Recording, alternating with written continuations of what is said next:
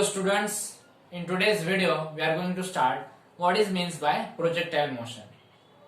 So in previous videos we have seen the kinematic equation, three equations we have seen total, right? So first is V is equal to U plus AT, second one is S is equal to UT plus half AT square, and the third is V square is equal to U square plus 2AS. So we are going to use such equations to solve some real examples in our daily life. Have you seen a cricket ball when the batsman hits the ball? How it goes when it went to six? Or have you observed when football player kicks the ball, how it goes? So in general it goes like this, right? So it do not go in straight line. If it has to go in straight line, it will go out of the earth. So that will not happen. So why does it happen that it travels in such path? This path is called as parabolic path. Okay. So why they go in parabolic path? So is there any physics? Can you solve this using three kinematic equations? The answer is yes. So we are going to see how and why. Okay, so we have seen that there is some force acting at this point. Maybe he may be the football player or maybe the batsman who is hitting the ball. So what happened at that instant? The force is in this direction. But as soon as the contact is over, maybe the football player or the bat, there is no force acting on any other, there is no force acting on that ball by any other body, except there is one force acting on that ball, and that force, what is that force? Yes, that is gravity. Earth itself pulls the ball downwards, right? So every time in this path, in this travel, every time the force on that ball is downwards. And that is the reason why the ball is not going in a straight line. So it comes downwards and again it hits the ground somewhere.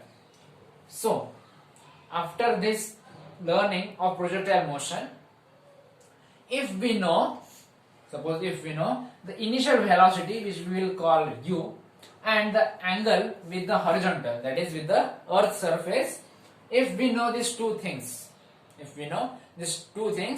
we can calculate three things. What three things? The total distance, the total horizontal distance traveled by the ball. Suppose if I hit the ball here and it will reach here. So if you study the projectile motion, you can find out where the ball will hit. So that distance we will call as r, or it is called range. Okay. We can also find out how many time it will take to reach that point. Suppose this point is A, this point is B, where the ball again hits the ground. So this point is B. How much time it will take to reach this point? We can calculate that time also, and that time is called time of projectile. So what is projectile? The body, or in this case the ball, which is moving in free fall. That case is called free fall. Why free fall?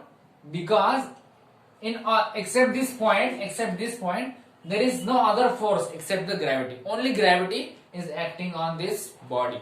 Okay, so that case, that motion is called free fall motion. So projectile motion is free fall motion. So this body which is traveling in the force of gravity, this is called the projectile. So this motion is called projectile motion. So this time period is called time of flight. So how much time it is in the air. And the interesting thing is we can also find out the height, the maximum height that projectile can reach. So suppose here somewhere it is the maximum height.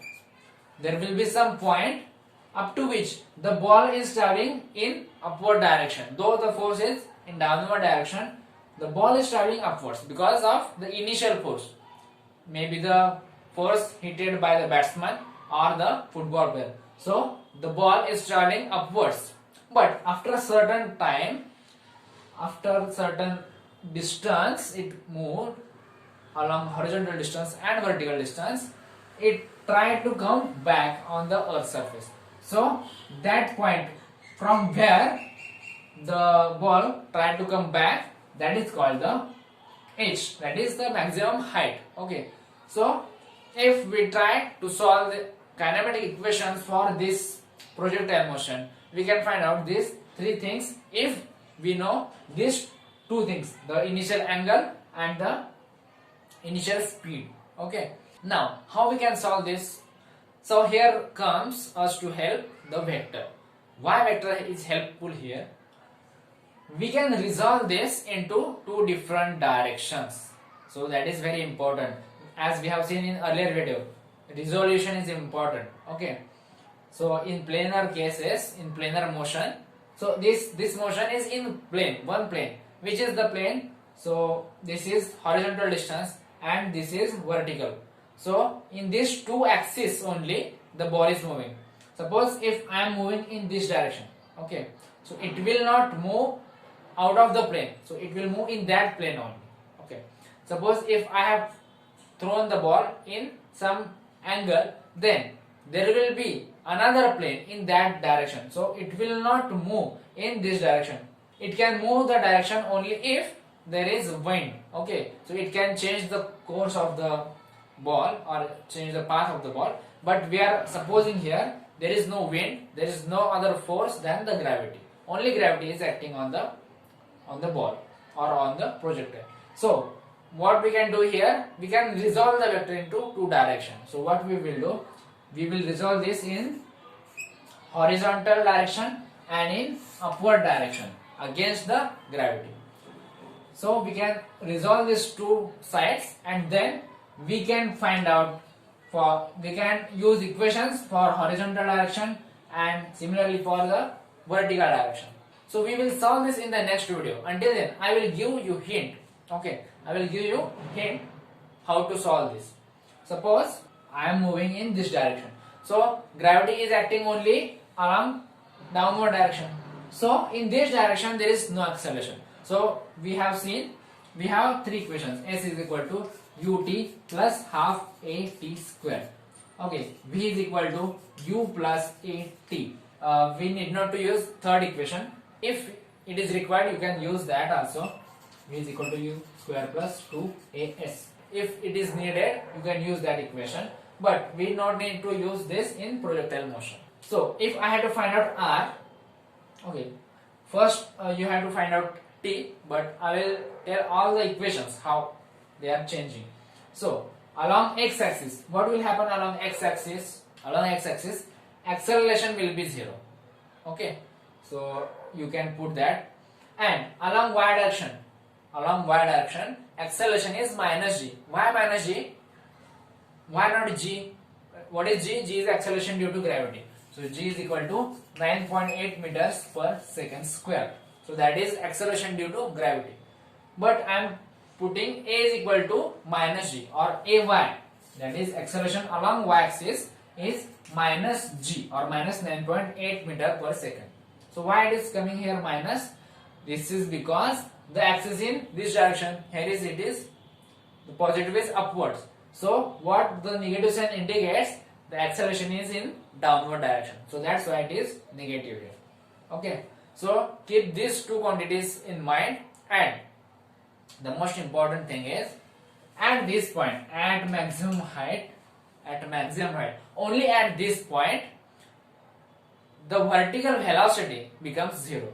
This Vy becomes 0, and so from this case you can find out the time period up to this point, and then you multiply this. So we will see this in next video, but if you are interested, if you can solve this, then try to find out this.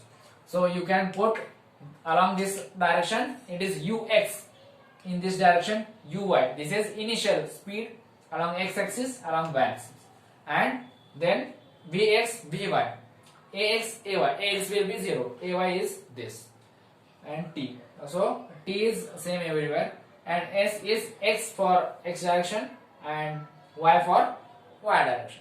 So try to solve this and then in next video we will try to solve and we will try to find out range, the time of flight and the maximum height reached by the projectile. Thank you.